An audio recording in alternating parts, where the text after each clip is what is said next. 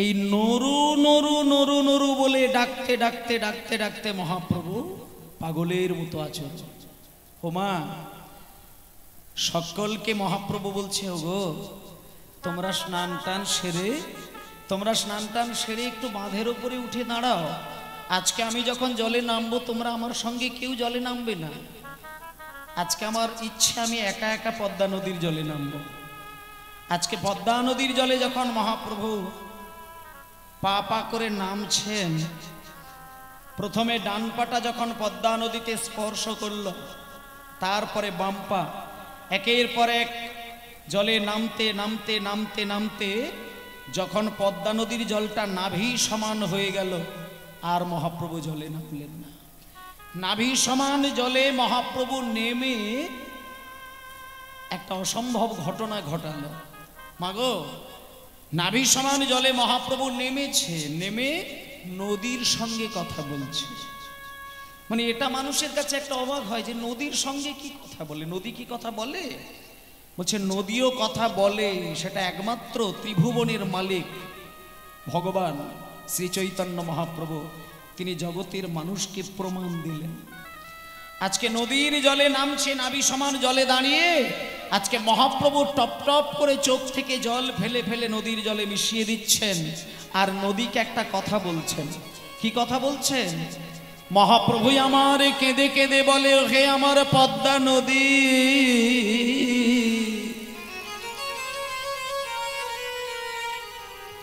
এই যে আমি তোমার জলে দাঁড়িয়ে কৃষ্ণ কৃষ্ণ বলে কাঁদছি। বেশটা একটু কম করতে হবে। এটা আমার চোখের জল নয়,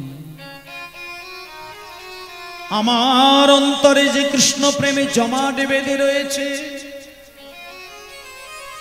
সেই কৃষ্ণ প্রেমী বিরহের তাপে বিগলিত করে আমি অস্ত্র রূপে তোমার জলে মিশিয়ে দিলাম। ওগো পদ্মা নদী। মায়েরা আস্তে একটু আস্তে একটু আস্তে। আজকে মহাপ্রভুর চোখ থেকে না টপ টপ করে জল গড়িয়ে গড়িয়ে পদ্মা নদীর জলে মিশে যাচ্ছে, কিন্তু আস্তে গো একটু কিবোর্ড আস্তে। তখন মহাপ্রভু পদ্মা নদীকে বলছে, পদ্মা, চোখ থেকে জল যদি কারোর বার হয় সেটা কিন্তু চোখের জল হয়, কিন্তু আজকে তোমার জলে আমি দাঁড়িয়ে দাঁড়িয়ে সমানে কেঁদে যাচ্ছি, সমানে কেঁদে যাচ্ছি, কিন্তু তুমি যেন ভেবো না এটা আমার চোখের জল, এটা আমার চোখের জল নয়। আমার এতদিন ধরে কাঁদা আর আজকের কান্না দুটো এক নয়। আজকে আমি তোমার জলে দাঁড়িয়ে একবার কৃষ্ণ বলছি, 3 বিন্দু নয়নের ধারা আমি তোমার জলে মিশিয়ে দিচ্ছি। এটা কি জানো? শোনো, আমার হৃদয়ের ভেতরে আছে কৃষ্ণ প্রেম। সেই কৃষ্ণ প্রেম, কৃষ্ণ ভক্তিটাকে আমি বিরহের তাপ দিয়ে বিগলিত করে আমি অস্ত্র রূপে তোমার জলের মধ্যে মিশিয়ে দিয়ে গেলাম। একটা শুধু দায়িত্ব আমি তোমাকে দেব পদ্মা, এই যে আমার চোখ থেকে কয়েক ফোঁটা জল আমি তোমার জলের মধ্যে মিশিয়ে দিয়ে যাচ্ছি, তুমি কিন্তু এই জলটাকে যত্ন করে তোমার জলের মধ্যে লুকিয়ে রেখে দেবে। আমি একজনের নাম বলে যাচ্ছি পদ্মা, যার নাম হচ্ছে নরোত্তম। নরোত্তম নামে একটা ছোট্ট বাচ্চা ছেলে, একেবারে কোলের বাচ্চা। সে যেদিন তোমার জলে খেলার ছলে স্নান করার জন্য আসবে, তুমি তাকে কোলে টেনে নেবে, কোলে টেনে নিয়ে আমার এই চোখের জলটা তার হৃদয়ে শুধু বলি দেবে, আর কিচ্ছু করতে হবে না। তুমি যেন জলটা কাউকে দিও না। যাহার পরশে তুমি ওধে গোছালিবা, যাহার পরশে তুমি ওধে গোছালিবা গো, বলে যাহার পরশে তুমি ওধে গোছালিবা গো, যাহার পরশে তুমি ওঠে গোছালিবা গো, আমারে প্রেম তুমি তাহার তাহারে দিবাগো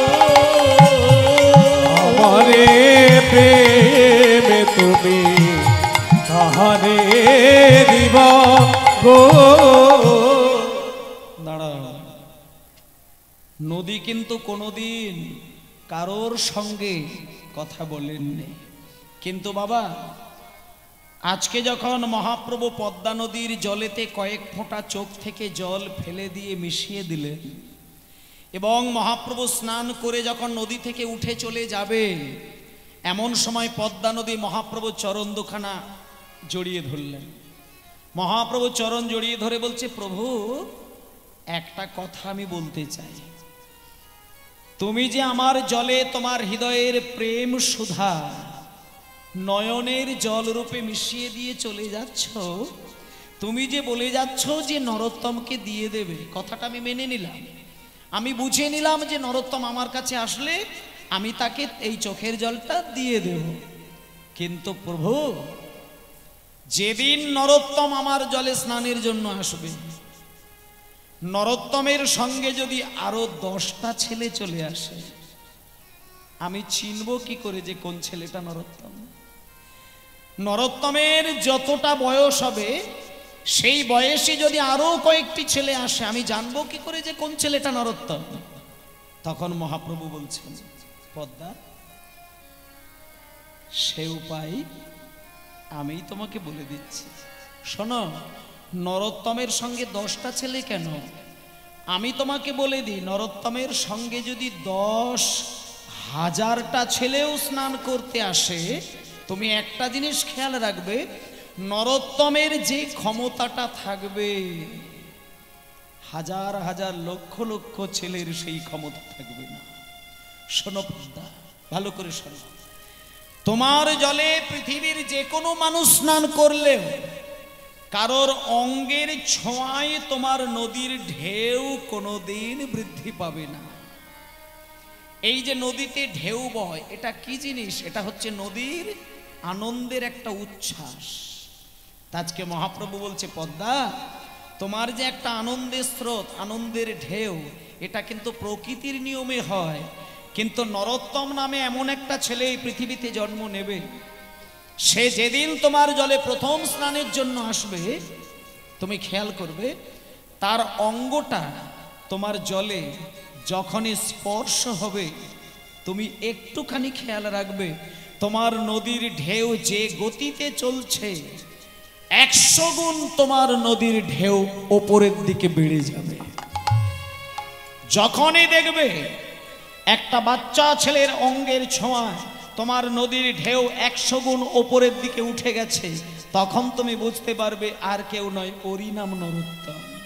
যাহার পরশে তুমি অধিক ছালিবা গো, যাহার পরশে তুমি অধিক ছালিবা গো, যাহার পরশে তুমি অধিক ছালিবা গো, আমারে প্রেম তুমি তাহারে দিবাগো, আমারে প্রেম তুমি তাহারে দিবা গো, আমারে প্রেম তুমি তাহারে দিবা,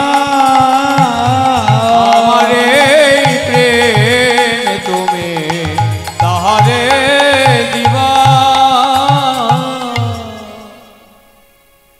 পদ্মা নদীর সঙ্গে চৈতন্য মহাপ্রভু তার প্রেমটা দিয়ে পদ্মা নদীকে সুন্দর করে বুঝিয়ে দিয়ে মহাপ্রভু চলে এলেন নিজের গৃহে।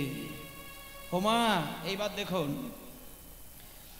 পদ্মা নদী যখন প্রেমটা নিয়ে নিলেন আর চৈতন্য মহাপ্রভু যখন নদীর জলে প্রেমটা দিয়ে বাড়িতে চলে আসলেন, কয়েকটা মাস পরেই কিন্তু চৈতন্য মহাপ্রভু বাঙালিদেরকে কাঁদিয়েছিলেন। ঠিক পদ্মা নদীর জলে স্নান করার কয়েকটা মাস পরে আমাদের সকলেরই প্রাণের ঠাকুর নিমাই, তিনি বাংলা ছেড়ে সন্ন্যাসী হয়ে চলে গিয়েছিলেন পুরীর মন্দিরে। এবার আমি হিসাবটা বলে দিই, যেদিনকে মহাপ্রভু সন্ন্যাসী হয়ে চলে গেলেন সেই সময়টা ছিল পঞ্চদশ শতাব্দী এবং নিমাইয়ের বয়স ছিল তখন 24 বৎসর। এবার নিমাই সন্ন্যাসী হয়ে চলে যাবার আরো 24টা বছর কিন্তু তিনি ছিলেন বাংলা, মানে আমাদের উড়িষ্যায় ছিলেন, পৃথিবীতে ছিলেন। মোট 48 বছর বয়স তার যখন হয় তিনি জগৎ ছেড়ে বিদায় নেয়।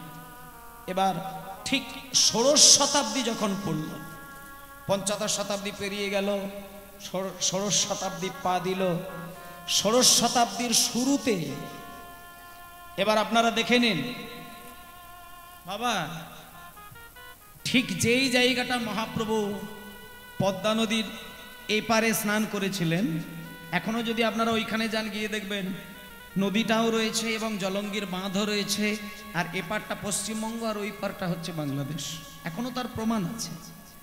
তা ওই যে যেখানে মহাপ্রভু স্নান করেছিলেন তার ঠিক ওই পারটা, এখন আপনারা যদি কোনোদিন পূর্ববঙ্গে বেড়াতে যান আপনারা গিয়ে দেখে আসবেন, রাজশাহী জেলাটা কিন্তু এখনো রয়েছে এবং রাজশাহী জেলার মধ্যে একটা বিরাট রাজবাড়ি এখনো আছে এবং সেই রাজবাড়িটা যার নামে, তিনি হলেন একজন রাজা কৃষ্ণানন্দ দত্ত, আর ওনার সহধর্মিণী স্ত্রী নাম হলো নারায়ণী দেবী। শুনুন, নারায়ণী দেবী কিন্তু একজন পরম ধার্মিক, মানে নারায়ণী দেবী স্বামীর সেবা আর একটা কৃষ্ণের সেবা ছাড়া জীবনে কিছু জানতেন না। মায়েরা, নারায়ণী দেবী রাত দিন একটা গোপাল ঠাকুরকে নিয়ে সেবা দেয়, আর তার একটাই বাসনা, যখন প্রত্যেক দিন সকাল বেলায়, দুপুর বেলায়, সন্ধ্যা বেলায় গোপালের কাছে ধূপধুনো দেয়, নারায়ণী দেবী শুধু কেঁদে কেঁদে একটাই কথা, একটু আস্তে আস্তে আস্তে আস্তে কথাগুলো শোনার মতন করে কিবোর্ডটা বাজাও জয়নিতাই, আমার কথাটা তুমিও শুনবে আর ভক্তদেরকে শোনাবে, এই দায়িত্বটা নিয়ে কিবোর্ডটা বাজাও জয়নিতাই। নারায়ণী দেবী 3 বার গোবিন্দকে সেবা দেন, সকাল বেলায়, দুপুর বেলায়, সন্ধ্যা বেলায়। আর সেবা দিতে গিয়ে কি বলেন এইটা একটু শুনে নিন মায়েরা, মানে প্রত্যেকটা পালা বা লীলা যাই বলেন এটা কিন্তু মানুষের কল্যাণের জন্য, শিক্ষা লাভের জন্য। আজকে নারায়ণী দেবীর কোনো অভাব নেই, তার স্বামী একজন রাজা, রাজবাড়ি রয়েছে, স্বামী রয়েছে, আর সোনাদানা গয়না কাটি হিরে মুক্ত সবই রয়েছে, কিন্তু যে জিনিসটা ছিল না সেইটা নারায়ণী দেবী ভগবানকে চাইলেন। নারায়ণী দেবী হাত জোড় করে প্রত্যেক দিন বলতেন, ঠাকুর আমি যে তোমাকে রাত দিন ডেকে ডেকে যাই, আমি কিচ্ছু চাই না, আমি একটা জিনিস শুধু চাই, তুমি আমাকে সেটা দিয়ে দিও ঠাকুর, আমার গর্ভে তুমি একটা সন্তান দিও, আর যে সন্তানটি তুমি আমাকে দেবে সে আমার বৃদ্ধ বয়সে খেতে দেবে এটার জন্য নয়, তুমি আমার গর্ভে এমন একটা সন্তানকে পাঠাও যে সন্তান জন্মের পর থেকে যেন তোমার সেবা দিয়ে যেতে পারে, আমি আর কিচ্ছু চাই না, মানে আমাকে তুমি একটা কৃষ্ণ ভক্ত সন্তান দিয়ে দিও। তা মায়েদেরকেও একটা কথা বলি, বুড়ো বয়সে যখন ছেলের হাতে খেতে না পায় তখন মা বাবার দুঃখটা কিন্তু ভয়ঙ্কর হয়ে যায়, কিন্তু এটা আমি গ্যারেন্টি দিয়ে বলতে পারি, যে মা কৃষ্ণ ভক্ত সন্তানকে পেটে ধরে, যে মা কৃষ্ণ ভক্ত সন্তানকে জন্ম দিতে পারেন, একটা কৃষ্ণ ভক্ত সন্তানের এত ক্ষমতা ভগবান দিয়ে দেয়, একজন কৃষ্ণ ভক্ত সন্তান যদি একটা বংশের মাঝখানে জন্ম নেয়, একটা কৃষ্ণ ভক্ত সন্তানের জোরে সেই বংশের বিগত 14টা পুরুষ সারা জীবন ধরে যদি পাপ কর্ম করে যায়, পাপের যদি কয়েকটা পাহাড়ও বসিয়ে দিয়ে যায়, একটা কৃষ্ণ ভক্ত সন্তানের জোরে পাপের পাহাড় পর্যন্ত ধুয়ে পরিষ্কার হয়ে সবার মন গোবিন্দ চরণে নিবেদিত। নিতাই গৌর হরি, নিতাই গৌর হরি হরি বল, হরি বল। আর একটা কথা আপনাদের বলে দিই, যে মায়ের গর্ভে কৃষ্ণ ভক্ত সন্তান আসে সেই মা কোনোদিন খেতে পাবে না বৃদ্ধ বয়সে, এই রকম প্রমাণ আপনি ইতিহাসের পাতায় একটা দেখাতে পারবেন না। মায়েরা, বেটার বাপ হতে স্বাদ কেন চিতে, বেটা কি তোমায় করবে সুখী, শত বেটার বাবা হয়ে গেছে হাবা, রামায়ণে তার প্রমাণ দেখি। অনেক মায়েদের মধ্যে একটা খুব সুপ্ত বাসনা থাকে যে পুত্র সন্তান না জন্ম নিলে বংশটা নাকি রক্ষা করা যায় না। এটা অনেক মা বাবার একটা মনের ইচ্ছা। ছেলে না হলে বংশ রক্ষা হয় না, ছেলে না হলে বৃদ্ধ বয়সে খেতে পায় না, ছেলে না হলে রোগ হলে ডাক্তারের কাছে নিয়ে যাবার লোক থাকে না। কিন্তু একটা কথা আপনাদের বলে দিই, আপনি 10টা ছেলের মা বাবা হতে পারেন, কপালে যদি আপনার খাবার না লেখা থাকে, আপনি 10টা ছেলের মা বাবা হলেও খেতে আপনি পাবেন না। আর যদি আপনার কপালে খাবার লেখা থাকে, সন্তানের প্রয়োজন হবে না। 1000 বাবার ছেলে এসে, 1000 মায়ের ছেলে এসে আপনার মুখে খাবার তুলে দেবে। এটা পরিষ্কার করে মনে রাখবেন। আর এটা আমি বলতে পারি, একটা কৃষ্ণ ভক্ত ছেলে কোনো দিন মাকে খেতে দেবে না, এটা আপনি কোথাও প্রমাণ দিতে পারবেন না, কোথাও প্রমাণ দিতে পারবেন না। যে ছেলের ভেতরে কৃষ্ণধন থাকে সে কিন্তু খাবারের থালাটা কাছে পেলেই কিন্তু খায় না। কৃষ্ণ ভক্ত ছেলে খেতে গেলেই কিন্তু তার মার বাবার জন্য তার মনটা একটুখানি হলেও দুলে যায়। সে একটাবারের জন্য অন্তত মায়ের কাছে চলে যায়, গিয়ে বলে, মা তুমি খেয়েছো, বাবা তুমি খেয়েছো। এই যে মা খেয়েছে কিনা, বাবা খেয়েছে কিনা, এর সদা সর্বদাই খোঁজ একটা কৃষ্ণ ভক্ত সন্তান নেবেই নেবে। তা মায়েরা, নারায়ণী দেবীর একটা বাসনা যে আমি রাজার স্ত্রী, কিন্তু আমার কিচ্ছু দরকার নেই, আমি একটা কৃষ্ণ ভক্ত সন্তানের শুধু জন্ম দিতে চাই। যখন আমার ছেলেটা জন্ম নেবে, ও যেন ছোট্টবেলা থেকে গোপালকে সেবা দিতে পারে, কৃষ্ণকে সেবা দিতে পারে, আর আমার কিচ্ছু চাই না। এই নারায়ণী দেবী কৃষ্ণের কাছে এই প্রার্থনা জানাতে জানাতে একদিন দেখা গেল নারায়ণী দেবী গর্ভবতী হলেন। কতকগুলো মাস পরে দেখা গেল একটা ছোট্ট সন্তানের জন্ম হলো। আদর করে মা বাবা দুইজনেই সেই ছোট্ট ছেলেটার নাম রেখেছে নরোত্তম। রাজশাহী জেলায় আছে খেতুরি গ্রাম, হরি হরি জেলায় আছে খেতুরি গ্রাম, রাজশাহী জেলায় আছে খেতুরি গ্রাম, রাজশাহী জেলায় আছে খেতুরি গ্রাম। আর কি অপূর্ব শোভাতার অতি মনোরম, অতি মনোরম, কি অপূর্ব শোভাতারে অতি মনোরম, কি অপূর্ব শোভাতার অতি মনোরম। নরোত্তম জন্ম নিল কৃষ্ণানন্দের ঘরে, নরোত্তম জন্ম নিল কৃষ্ণানন্দের ঘরে, নরোত্তমে জন্ম নিল কৃষ্ণানন্দের ঘরে। আর মহাভাগ্যবতী নারায়ণীর উদরে, হরি ভগবতী নারায়ণীর উদরে জন্ম নিল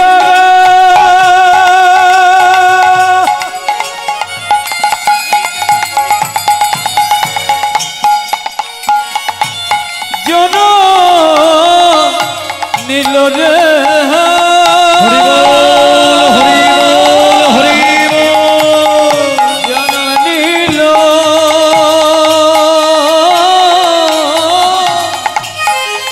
জন্ম নিল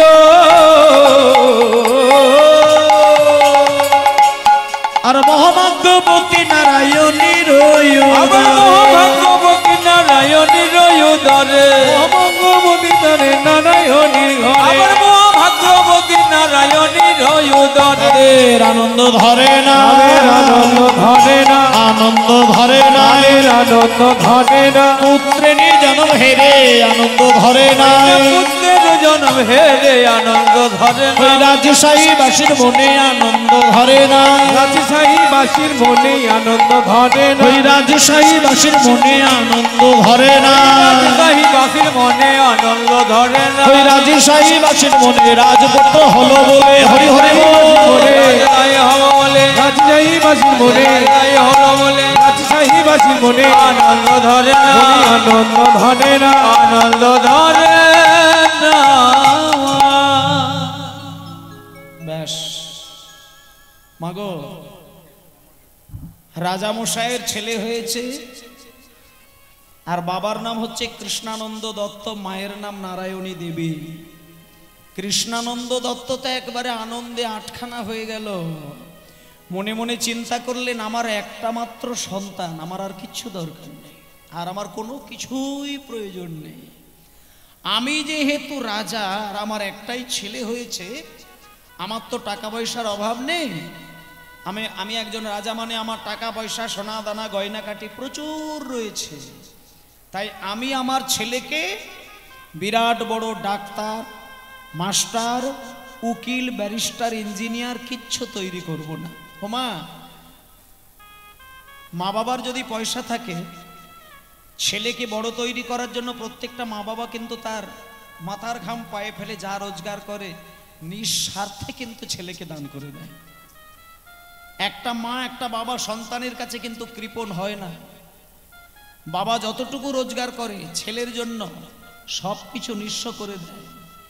কিন্তু এই বর্তমানে কটা বাবা ছেলেকে নিঃস্ব করে ভিখারি হয়ে বসে আছে বলে ছেলের কাছ থেকে ভালোবাসা পাচ্ছে। বর্তমানে দেখুন মায়েরা, যাকে আপনি সব থেকে বেশি ভালোবাসা দেবেন, আপনি তৈরি থাকুন, আপনাকে জীবনের কোনো না কোনো মুহূর্তে দেখবেন বুক ভরা ব্যথা দেবে, ভালোবাসা দেবে না। দেবে না। আপনাদেরকে আমি একটা কথা বলবো, আপনারা তো নবদ্বীপ বেড়াতে যান, পুরী ধামে বেড়াতে যান, বৃন্দাবনে বেড়াতে যান। আমি একটুখানি অনুরোধ করব সবাইকে, পুরী, বৃন্দাবন, দ্বারকা, মথুরা, উড়িষ্যা যেখানেই বেড়াতে যান না কেন, বছরে একটা বার 1 ঘন্টা 2 ঘন্টার জন্য হলেও আপনি যেখানে আপনাদের বৃদ্ধাশ্রম দেখতে পাবেন, একটু বৃদ্ধাশ্রমে গিয়ে 2 ঘন্টার জন্য একটু বেরিয়ে আসবেন। আর যে বৃদ্ধ বৃদ্ধা মাগুলো বুক সাবড়ে কান্নাকাটি করে দিন কাটাচ্ছে, তাদের বুকে শুধু কানটা রেখে ভেতরের খবরটাকে শুধু নিয়ে আসবেন। আমি এটা গ্যারেন্টি দিয়ে বললাম, একটা গরিব ছেলে, মাতাল ছেলে, চাষি ছেলে, কোনো রকমে দিন কাটায় এমন ছেলে, তার মা বাবাকে বৃদ্ধাশ্রমে কোনো ক্ষণে যেতে হয় না। বৃদ্ধাশ্রমে যে মা বাবাগুলোকে গিয়ে বসে থাকতে হচ্ছে, কষ্টটা কোথায় দেখুন। একেবারে ঠকঠকে বৃদ্ধা মা, বৃদ্ধ বাবা, তাদেরকে তাদের নিজের ঘর ছেড়ে দিয়ে বৃদ্ধাশ্রমে গিয়ে শেষের দিনটা কাটাতে হয়।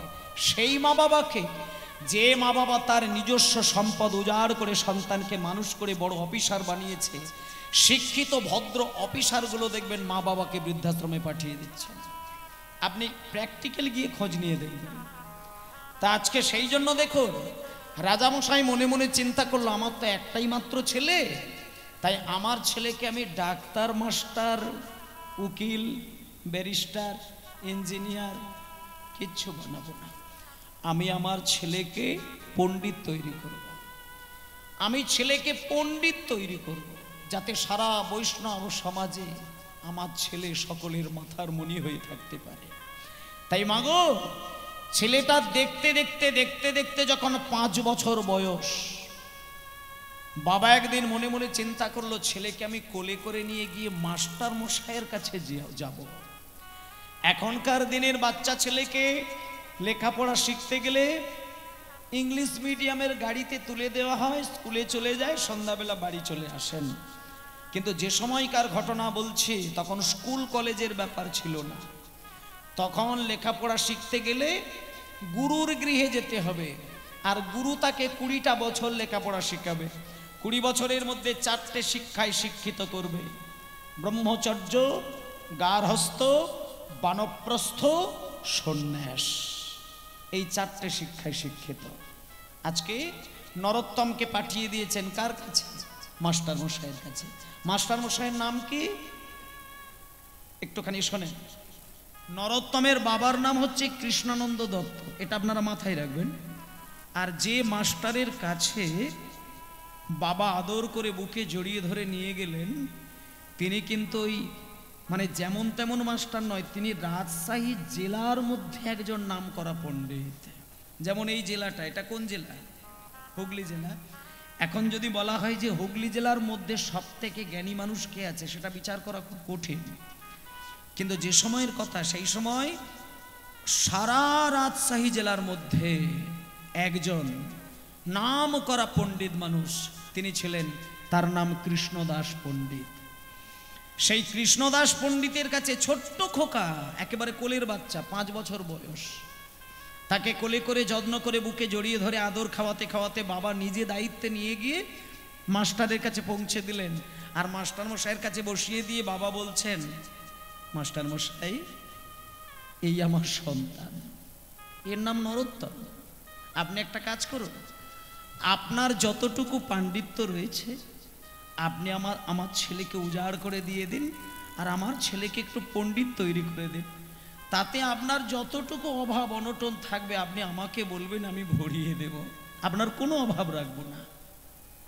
মা, বাবা যখন মাস্টার মশাইকে বলে এসেছে যে আমি ভরিয়ে দেব, আপনি শুধু ছেলেকে পণ্ডিত তৈরি করে দিন, এটা বলে দিয়ে যখন বাবা বাইরে বেরিয়ে এসেছে, তখন মাস্টার মশাই ওই ছোট্ট ছেলেটাকে সামনে টেনে নিয়েছেন। সামনে টেনে নিয়ে বলছে, খোকা, এই খোকা, কাছে আয়। হ্যাঁ রে বাবা, তোর বাবা কি করেন রে? আমার বাবা একজন হচ্ছে রাজা মশাই, মানে আমি রাজার ছেলে। ও, তার মানে তোমার বাবা একজন রাজা, সেই জন্য তোমার বাবা যাবার সময় বলে গেলেন, আমার ছেলেকে পণ্ডিত তৈরি করে দাও, আমি তোমাকে ভরিয়ে দেব। শোনো বাবা, একটা কথা বলি, আমার কাছে রাজা ভিখারি কোনো আলাদা করে বিচার হয় না। আমার কাছে যে আসে আমি তাকে মন দিয়ে লেখাপড়া শেখাই। আর একটা কথা তোমাকে বলে দিই, আমি ভিখারির ছেলেকে ছড়ি পেটা করব আর রাজার ছেলেকে শুধু কোলে করে আদর করব, আমি কিন্তু ওই জাতির মাস্টার মশাই নই বাবা।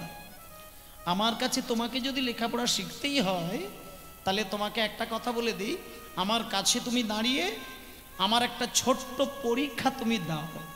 সেই পরীক্ষায় যদি তুমি পাশ করতে পারো তাহলে তুমি আমার কাছে থাকবে, আর যদি না পাশ করো আমি তোমাকে এক্ষুনি আমার ঘর থেকে বাইরে বার করে দেব। নিতাই গৌর হরি বল, হরি বল। এবার দেখুন, 5 বছরের ছেলে মানে, ও মায়েরা, কত বড় ছেলে! আপনাদের তো বাড়িতে অনেক ছেলে মেয়েরা রয়েছে। 5 বছরের ছেলে মানে একেবারে বুকের কোলের বাচ্চা, স্তনদুগ্ধ পান করে এমন 5 বছরের প্রত্যেকটা ছেলেকে দেখবেন, স্তনদুগ্ধ পান করে, মা আদর করে, ছোট্ট ছেলে, ভালোভাবে কথা বলতে পারে না। আজকে নরোত্তম একেবারে কোলের বাচ্চা, 5টা বছর বয়স। যখন মাস্টার মশাইয়ের কাছে বসিয়ে দিয়ে বাবা চলে এসেছেন, এবার গুরুদেব বলছেন, আমার কাছে একটা তোকে পরীক্ষা দিতে হবে, দিতে পারবি? তখন নরোত্তম বলছেন, বাবা ঠাকুর, আপনার কাছে লেখাপড়া শিখতে গেলে আমাকে যদি পরীক্ষা দিতে হয় আমি পরীক্ষা দিতে প্রস্তুত, আপনি বলুন আমি কি পরীক্ষা দেব? আচ্ছা দাঁড়াও দাঁড়াও দাঁড়াও দাঁড়াও দাঁড়াও, তোমার যেহেতু 5 বছর বয়স, তুমি অ আ ক খ নিশ্চয়ই শিখেছ।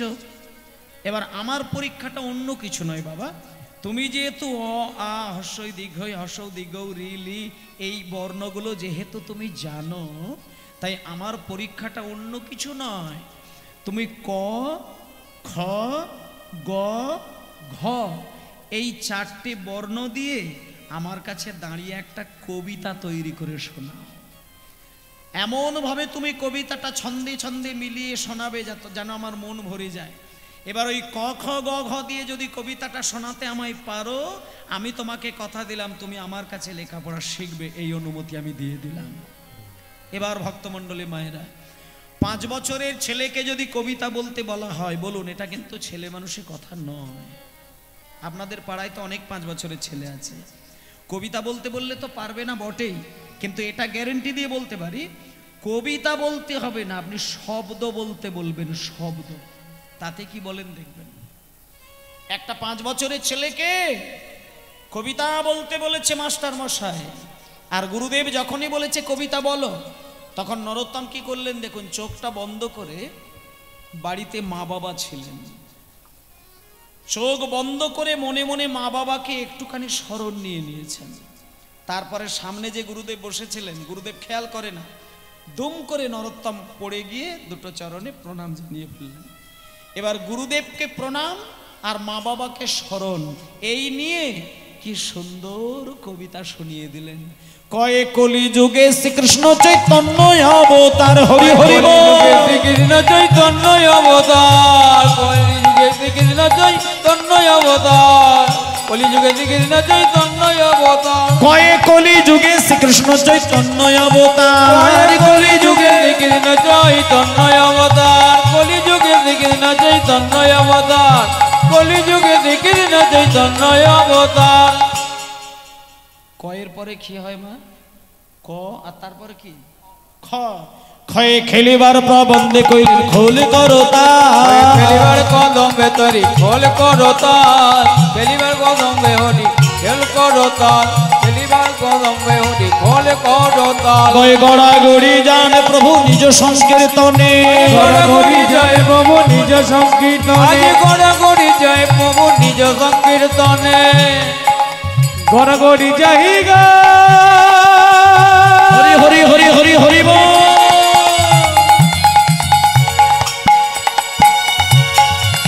গড়াগড়ি জয়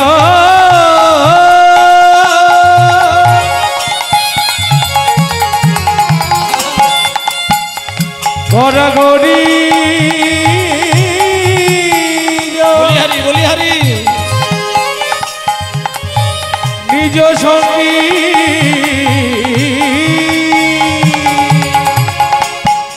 আবার গড়াগড়ি জয় প্রভু নিজ সংকীর্তনে, গড়াগড়ি জানে প্রভু নিজ সংকীর্তনে।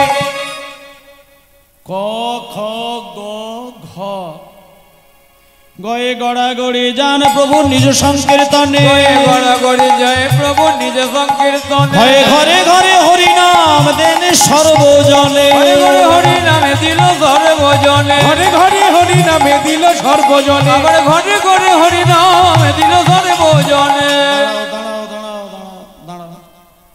হ্যাঁ নরোত্তম, আমার কাছে এসো তুমি।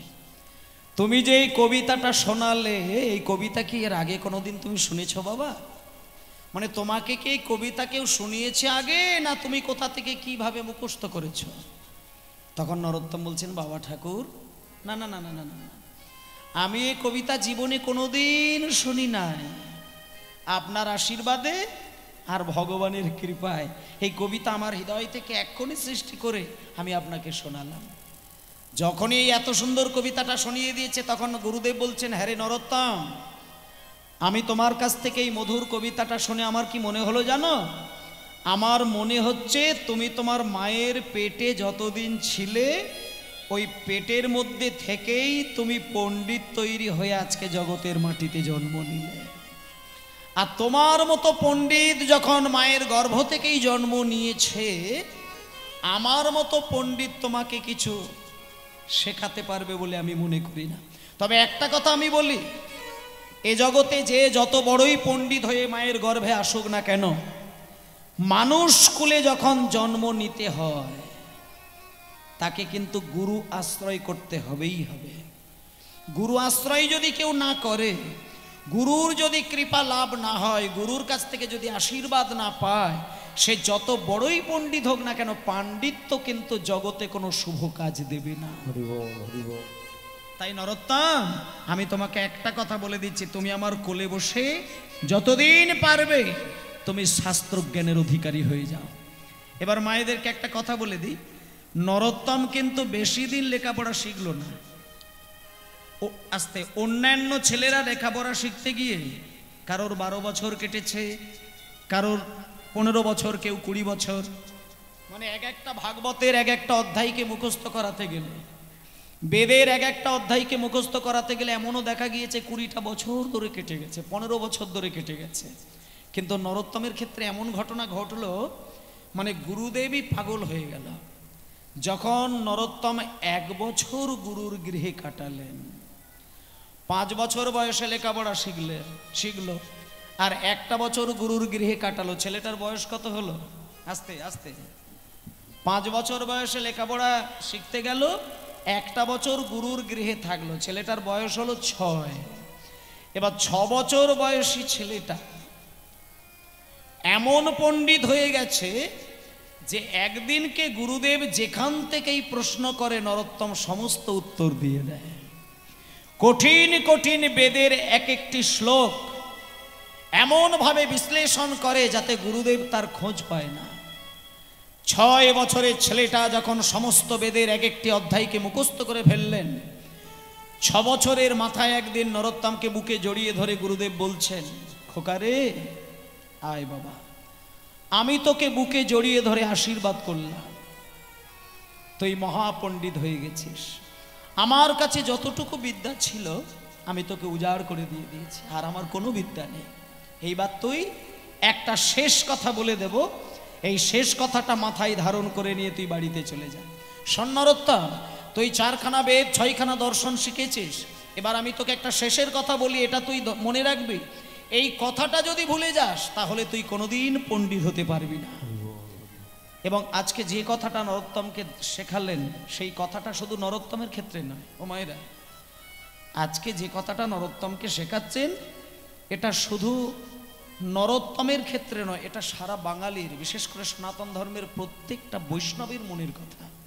আজকে মাস্টার মশাই শিক্ষা দিলেন, নরোত্তম শোনো, 4 বেদে ষড় দর্শন করি অধ্যায়, 4 বেদে ষড় দর্শন করি অধ্যায়, 4 বেদে ষড় দর্শন করি অধ্যায়, 4 বেদ ষড় দর্শন করিয়া সে যদি আমার গৌরাঙ্গ নাহি ভজে, যদি আমার গৌরাঙ্গ নাহি ভজে, সে যদি আমার গৌরাঙ্গ নাহি ভজে, যদি আমার গৌরাঙ্গ নাই ভজে। 4 বেদ 6টা দর্শন। দেখুন মায়েরা, এই যে বেদ, আমাদের সকল শাস্ত্রের মূল শাস্ত্র কিন্তু বেদ, আর বেদের আসল জায়গাটা হলো উপনিষদ। উপনিষদের ব্যাখ্যা স্বরূপ হচ্ছে শ্রীমদ্ ভাগবত, আর ভাগবতের আদি তত্ত্বটা কিন্তু হচ্ছে গৌর তত্ত্ব।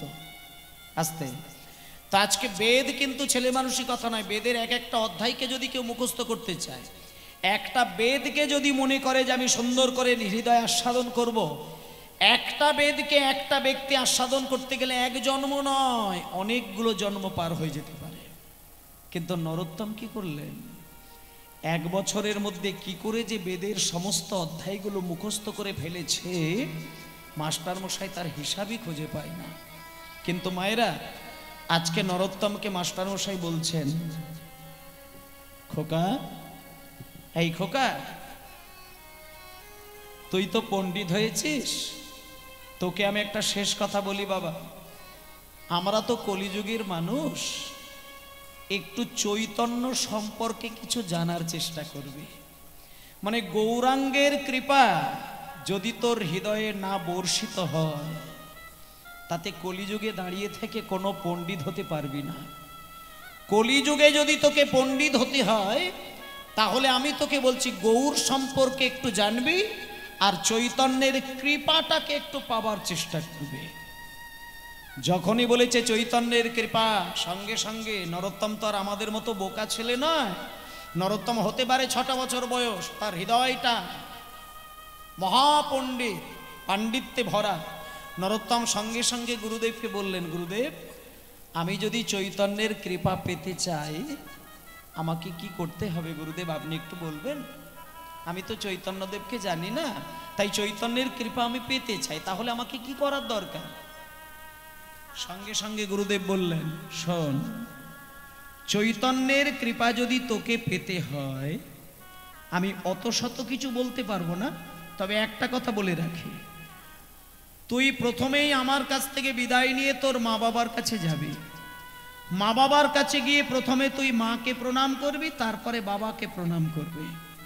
তারপরে মা বাবার কাছ থেকে তুই অনুমতি নিয়ে তোর বাড়ির পাশে দেখবি একটা নদী বয়ে গেছে, যে নদীটার নাম হলো পদ্মা নদী। সেই পদ্মা নদীর জলে চৈতন্য মহাপ্রভু স্নান করেছেন, এটা আমি জানি। তাই ওরে নরোত্তম রে, পদ্মা নদীর জলে যখন স্নান করবি, আমি তোকে একটা কথা বলে দিচ্ছি, তুই মন দিয়ে শোন।